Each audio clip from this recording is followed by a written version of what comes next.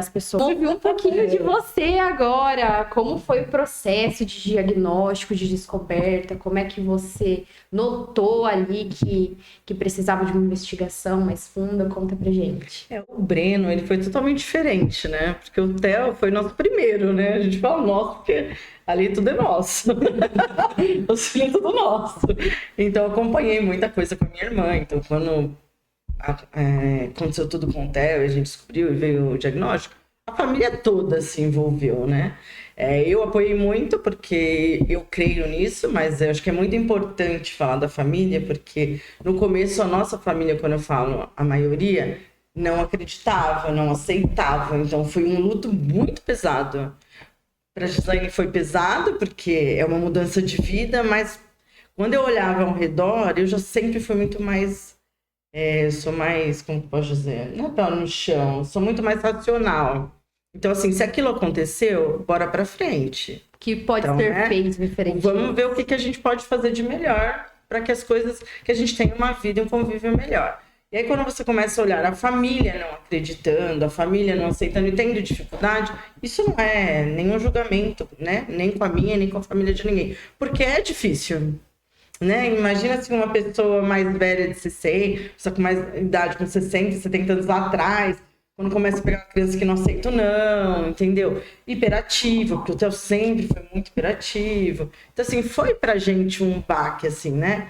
Então, normal, mas a gente sentou e vamos juntos e nós vamos caminhar juntos, né? Eu engravidei do Breno de 37 anos, né? Então eu esperei 8 anos de um filho meu pro outro. Então eu já tinha uma idade um pouco mais avançada, né? Que já é um pouco diferente, né? Então, assim, quando o Breno nasceu, foi tudo normalzinho, fiz todos os exames, não deu nada. Aí o Breno foi evoluindo. E aí a gente já começou a perceber algumas coisas. Para mim, eu tive até uma certa resistência, porque como a gente estudava muito sobre autismo por causa do Theo, eu dava a sensação de todo mundo que a gente olhava era autista. Porque a gente começa a fazer uma avaliação primeiro, né? Então, mas aí quando o Breno foi ganhando alguns meses, a gente já começou. Ele deu um atraso para sentar, o Breno adorava olhar ventilador girando, né? Eu chamava Breno, ele não respondia, ele não entendia que ele era o Breno. Só que o Breno sempre olhou no olho, o Breno sempre sorriu, então assim... De um lado, umas características, mas de outros, totalmente. O Breno nasceu de olhinho preto, cabelinho preto, branquinho. De repente, o olho foi ficando azul, ele foi ficando loirinho. Ele foi tendo uma mudança muito grande, né? Ele nasceu bem miudinho, de repente ele foi crescendo e ficando um bebezão. Você olhava ele, porque nasceu o Breno, o João e a filha da minha prima, né? Tudo tem um mês, dentro de um mês nasceu os 3. Então a gente já viu as comparações. Ele sempre era o bebezão, maiorzão, né? Hoje não, hoje tá tudo igualado, mas de bebezão você já via a diferença. E aí começou a vir as coisas, né? Então o giro, o engatinhar demorou, nasceu o dente depois de 1 ano, já nasceu o dente antes de 1 ano. Ele foi andar 1 ano e 3 para 1 ano e 4 meses. Ele era bem mais, né? Molão. Aí o que me incomodava mais é você chamar o nome e ele não respondia pelo nome. Tipo assim, não é nem a fala. Ele nem olhava pra gente quando eu falava Breno, ele não se identificava. Então isso já foi preocupante. E a minha irmã sempre via, Mônica.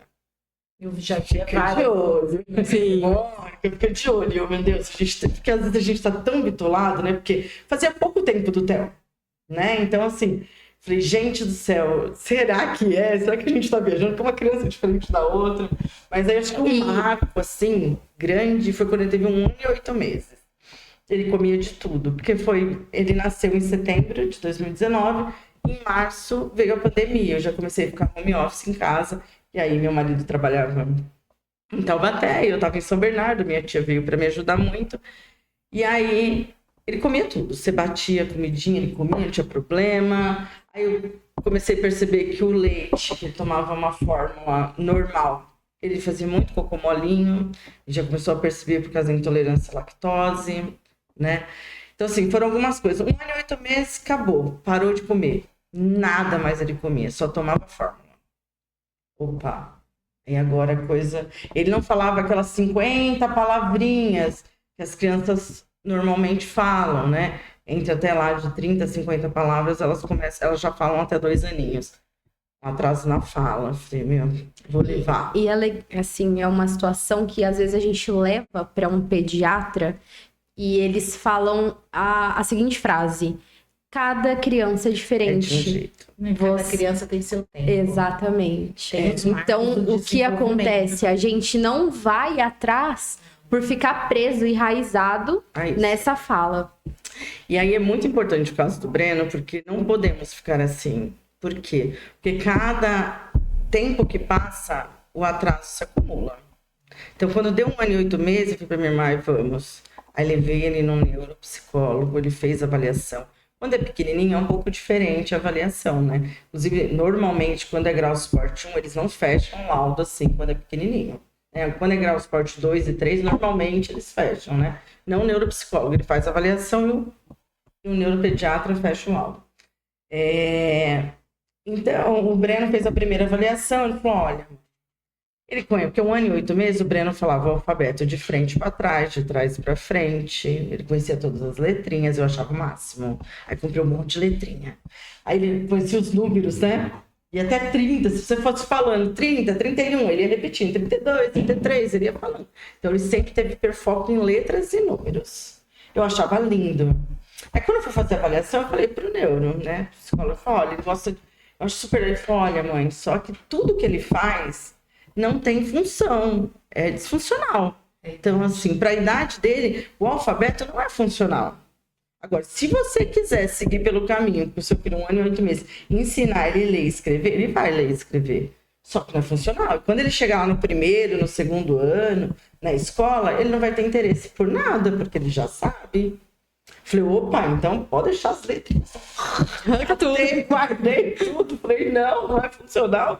Não funciona. Então vamos trabalhar o que para ele não é funcional. Então o que não é funcional? Ele só girava as coisas. Então a lata de leite eu achava legal, porque ele catava uma lata de leite, né? Pegava assim 4, 5, ele ia girando e ia mantendo as 5. Girando ao mesmo tempo. Né? Balde, cadeira, com as quadradinhas. Você pegar a ponta da cadeira até hoje. Ele tem uma habilidade com a mão impressionante. Entregava minhas panelas, minhas tampas de panela, eram assim, várias. Girando. Falei, opa, giro também já não dá, você já sabe demais. Tirei, comecei a guardar as coisas. O neuro já tira. Você pegava o carrinho, ele não sabia brincar de carrinho. Ele catava, virava a rodinha, né? Bicicleta, a mesma coisa. Ele virava, fazia a gente virar a bicicleta de ponta cabeça, deixar as 2 rodas para ele só girar a roda. Então a gente teve que começar a fazer o quê? Opa, vamos tirar o que ele tem de hiperfoco para ele aprender outras coisas. Né? E essa primeira avaliação que eu fiz com ele deu atraso de desenvolvimento global. Ele não fechou o laudo de autismo com ele, né? Ele falou, mãe, ainda não dá todos, né? O espectro todo não completa para ele, enfim, explicou. Mas você vai começar a terapia. E ali eu comecei a minha terapia. Ainda morava em São Paulo e vim em março de 2021, eu mudei para cá, para Irapuã, para o interior. E aí a Gislaine já tinha um neuropsicólogo que ela já conhecia, que é o Ocimar, que a gente pode falar dele, que é um super parceiro do projeto nosso. E aí eu comecei a levar ele no Ocimar também para fazer acompanhamento. E aí já tinha dado mais 6 meses e o neuro em São Paulo falou, daqui 6 meses você faz uma nova avaliação. Importante fazer pelo menos uma vez por ano, até fechar o laudo dele, ou ver como que vai ser. Porque tem criança que vai muito bem até os 4, chega nos 4 anos, regride. Então, mãe, ele ainda é muito novinho. Então, fiz uma segunda avaliação. Eu mudei pra cá, ele não tinha ainda 3 aninhos, né? Ia fazer ainda 3 aninhos. E aí já apareceram mais coisas, né? Então, assim, ele só repetia. Você falava, oi, Breno. Aí ele falava, oi, Breno. Você ia no mercado, as pessoas falavam, que coisa mais linda. Ele falava, que coisa mais linda. Então, assim, ele não sabia, ele só repetia. Então, a ecolalia dele era isso, só isso. Eu não conseguia ter um diálogo com meu filho. Não tinha. E tudo que eu falava pra ele, eu entendia que ele não entendia. Eu falava, filho, acende a luz, ele olhava pra luz. Porque ele só ouvia a luz. Ele não sabia que tinha aquele interruptor. Eu tive que ensinar o que era interruptor pro meu filho, o que era pia de cozinha. Porque um dia eu me peguei, porque é uma coisa, como você não ensina pra uma criança que é uma pia? No dia a dia, ela já sabe que ela vai, né? Né? Ela vai vendo e vai vendo. Eu falei, filho, leva uma mamadeira na pia. Aí ele ficou com a mamadeira assim. Mas o que é pia? Eu falei, meu Deus, agora eu preciso voltar lá atrás, porque eu não tinha percebido isso nele. E aí, até me senti muito culpada. Eu falei, nossa, eu achei que... Porque assim, uma coisa... Eu sou mãe, eu já sou mãe, né? Já era mãe de uma criança típica. E assim, o meu filho e meu outro filho, ele sempre foi muito pra frente, né? Muito. Desde pequenininho. Meu Deus, então eu vou ter que ensinar tudo. Que era colher, que é garfo, que é faca. Tudo. Geladeira, porta-geladeira, vaso sanitário, pia da cozinha, pia do banheiro. E eu tive que falar. Só que você fala uma vez, você não sabe repetir pra ele. Ele aprendeu, acabou. Não tinha... volta nenhuma. Mas assim, foi uma mudança na minha vida, assim, gigante. No meu casamento, enorme. Porque assim, meu filho, quando passou por toda essa parte, né, da gente fazer de novo uma segunda avaliação, a avaliação demorou quase 4 meses, porque ele não é um caso clássico, né? Então, assim, ele tinha as características de um autista de grau de suporte 1, mas também ele tinha um atraso global, porém ele aprende com muita facilidade. Aí você fala, minha nossa, muita coisa, né, juntas assim. E aí começou o estresse muito grande, porque quando você não fecha um laudo, não tem medicamento. E meu filho, tudo que você falava pra ele, não. Ele catava a cabeça onde ele estivesse, ele tava. Tinha época que a cabeça dele, assim, era cheia de calombo. Eu morria de medo de acontecer alguma coisa, porque ele não via se era quina, se era buraco, se tinha furos, se tinha... nada. Então eu entrei em pânico. Eu falei, uma hora, em qualquer lugar, vão falar não, esse menino vai bater a cabeça e vai furar a cabeça, vai acontecer qualquer coisa. E a escola, o que eu faço com a escola, assim? Falei, meu Deus, mudei para uma cidade nova. E aí é uma cidade que não tem suporte, né? Suporte ainda... Hoje já se busca muita coisa dentro da cidade, mas quando eu mudei há 4 anos atrás, não se tinha nada de informação. E não é só Irapô. O Brasil todo tá assim, então assim, todo mundo, então assim, não se tem, mas para uma mãe, você fala, meu Deus, e agora? Eu volto para São Paulo? Eu fico aqui, o que eu faço? Eu fiquei na escola, quando eu cheguei na escola, eu sofri uma coisa que muitas mães sofrem. Quando eu cheguei aqui, ninguém sabia nada. A escola não estava preparada. Hoje se tem um pouco mais de preparação, mas ainda está caminhando. Mas 4 anos atrás não tinha nada. Falei, meu Deus. Aí peguei um laudo no neuro, falei, olha, uma mamadeira, porque a alimentação dele, 80% é o leite. Aí cheguei na escola, peguei o laudo dele, levei tudo que pediram para mim, né? Eu falei, vai ser super tranquilo. Aí a primeira negativa que eu tive da escola aqui, ninguém mama mamadeira. Mas meu filho precisa de uma mamadeira, né? O Breno, ele saiu da fralda com 2 aninhos, assim, do dia. Da noite ficou pouquinho também. O Breno foi mais rápido, assim, pra sair. E eu falei, mas ele precisa ir no banheiro, ele precisa de um acompanhante. Ele falou, não, na hora de ir pro banheiro não tem problema.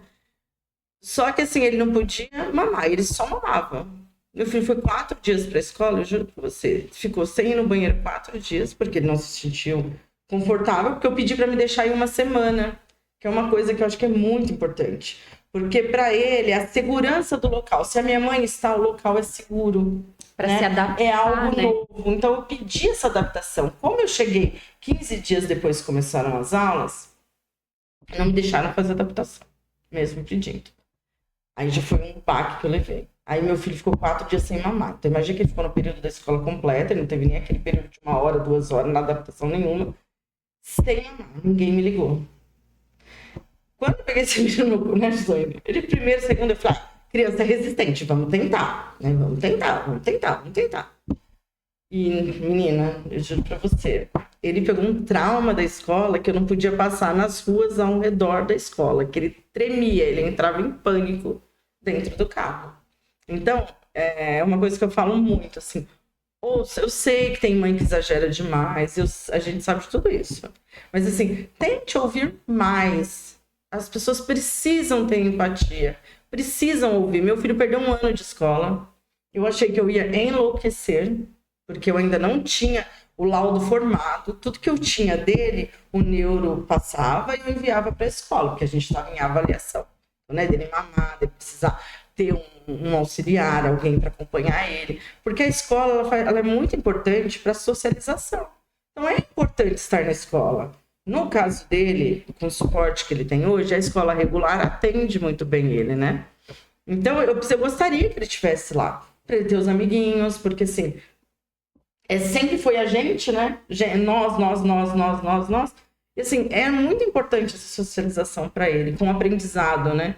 Mas, enfim, foi um ano perdido de escola, mas foi um ano muito difícil, porque, assim, por mais que eu trabalhe numa empresa, eu tenho muito a agradecer isso também, a empresa que eu trabalho, a Vitamina Web, ao meu chefe, aos funcionários que trabalham comigo, minha equipe, porque foi um ano muito difícil para mim, assim, muito. Um ano que, assim, eu chorei demais, eu chorava, assim... Aí eu já não era nem só dentro do banheiro, era em qualquer lugar. Porque eu via meu filho se batendo, coitada, a minha mãe tendo que se desdobrar e me ajudar ali. Meu marido, naquele ano, voltou para São Paulo para trabalhar. Fiquei sozinha ali, né, com a minha mãe. E a minha irmã já com 3, um pequeno da mesma idade. Todas as nossas questões, as nossas lutas diárias, que a gente sempre se ajudou muito, muito mesmo, né? Mas, assim, foi um ano que eu falo que se ele estivesse na escola e as coisas tivessem um suporte melhor, minha vida teria sido um ano diferente. E para ele também teria sido melhor. Então, é muito importante que as escolas tenham feito isso hoje, né? Hoje se tem muito mais informação, se acolhe melhor, as coisas estão caminhando. Então, isso tipo, é muito importante. Porque o Breno, quando foi para a escola no outro ano, aí o dia, né, na escola, a gente já estava um ano em luta, muitas coisas aconteceram em Irapuã. Graças a Deus, o Breno entrou na escola com um auxiliar. Não foi a que ficou com ele, porque tivemos alguns problemas lá, internos mesmo, mas o Breno tinha auxiliar. O Breno pôde mamar o TT, porque elas entenderam A necessidade dele. Se nutrir do básico, que né? não De uma alimentação, exatamente. Eu entendo para a escola regular que, assim, é muito importante todos comerem juntos lá no refeitório, ter essa visão. Até que elas tinham essa intenção para tentar fazer com ele. De repente ele não come, porque em casa sozinho ele não vê ninguém comendo. Então ele não come, mas ele vê um amiguinho, ele vai querer comer. Mas o problema, no caso do Breno, que tem casos assim também, tá? Que as crianças realmente, elas têm crianças que não querem experimentar. O caso do Breno é diferente, ele experimenta. Só que o problema dele da rigidez cognitiva dele é tão forte que quando ele come, ele gospe, ele vomita, ele arrepia todinho, o olho enche de lágrima. Então ele fala, mãe, eu queria, mas não consigo. O cheiro para ele, então o cheiro da banana. Outro dia ele falou para mim assim, mãe, eu queria tanto comer banana, que eu já comi quando eu era pequeno, né? Mas, mãe, dá ânsia de vômito. Só o cheiro de descascar a banana dá ânsia de vômito. Então, no caso do Breno, não é uma frescura. Ele não querer comer porque ele é enjoado. Não, a parte dele, e tudo isso vem da rigidez cognitiva dele mesmo, que é muito forte, é o que eu mais trato hoje na terapia. Faz com que ele tenha a seletividade bem forte. Então, hoje ele come 4 tipos de alimentos, né? E nada saudáveis, que aí é uma outra preocupação que a gente tem na vida, que a gente inclui a saúde. Então, meu filho hoje, com 6 anos, ele tem um triglicérides altíssimo, né? Então, assim, porque ele come pão de queijo, pão na chapa. Agora voltou a comer um pouco de pipoca, que aí é um pouco mais saudável, eu tenho que dar um pouquinho mais para ele. E aquelas batatinhas de potinho, né? Então, assim... E não come mais nada, é isso, não come fruta, arroz, feijão, não toma suco, é água e a fórmula, que eu não tiro a fórmula, não coloco com leite, porque as vitaminas dele são bem altas devido à fórmula, porque nada que ele come tem vitamina, tem nada de bom do que ele come. E aí a gente se preocupa muito, né, porque... Mas graças a Deus, é o que eu falo da importância, né, de ter desde 1 ano e 8 meses, hoje ele vai fazer 7 anos em setembro. Ele é uma criança que ele saiu do atraso, desenvolvimento global. Ele se igualou às crianças na parte de conhecimento, enfim. E ele já teve um laudo, agora no final do ano, que ele está se caminhando para a superdotação, que tem que começar a acompanhar. Então, ele já começou a ficar mais nervoso, né? Que são algumas características diferentes. Porque o Breno é uma criança muito dócil. Mas você falou um não para ele, é um problema.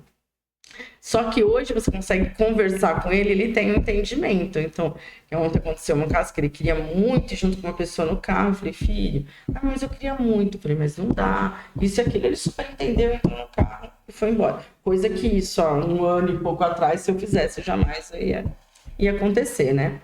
Então, acho que assim, o grau de esporte 1, ele é bem complexo, porque olha, ele tem o mesmo do Theo, e são crianças totalmente diferentes. Ele é totalmente diferente. Ele é um menino que gosta de esporte demais, né? Então, assim, o Theo já não é do esporte, é da artes. Então, assim, o Breno, tudo que é andar de bicicleta, ele demorou um pouquinho mais para ser da rodinha, mas saiu porque ele se desafia.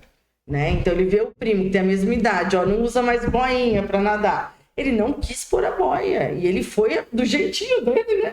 Aprendendo até que hoje ele vai, ele nada, ele mergulha. Então assim, ele se desafia muito. Isso eu acho uma coisa muito legal. Ele não se trava nas dificuldades dele, sabe? Ele vai atrás. Mas assim, tem dia que tá tudo muito bem, mas tem dia que não é fácil, tem dia que a gente chora no banheiro. Ou em qualquer lugar. Hoje eu consigo mais, porque a gente vai aprendendo a lidar. Hoje eu não brigo mais, porque eu cheguei à época de falar, meu Deus, acho que eu não vou aguentar. Senhor, olha, você me leva, essa aqui sabe. Eu falo, Senhor, me leva embora, porque eu não dou conta.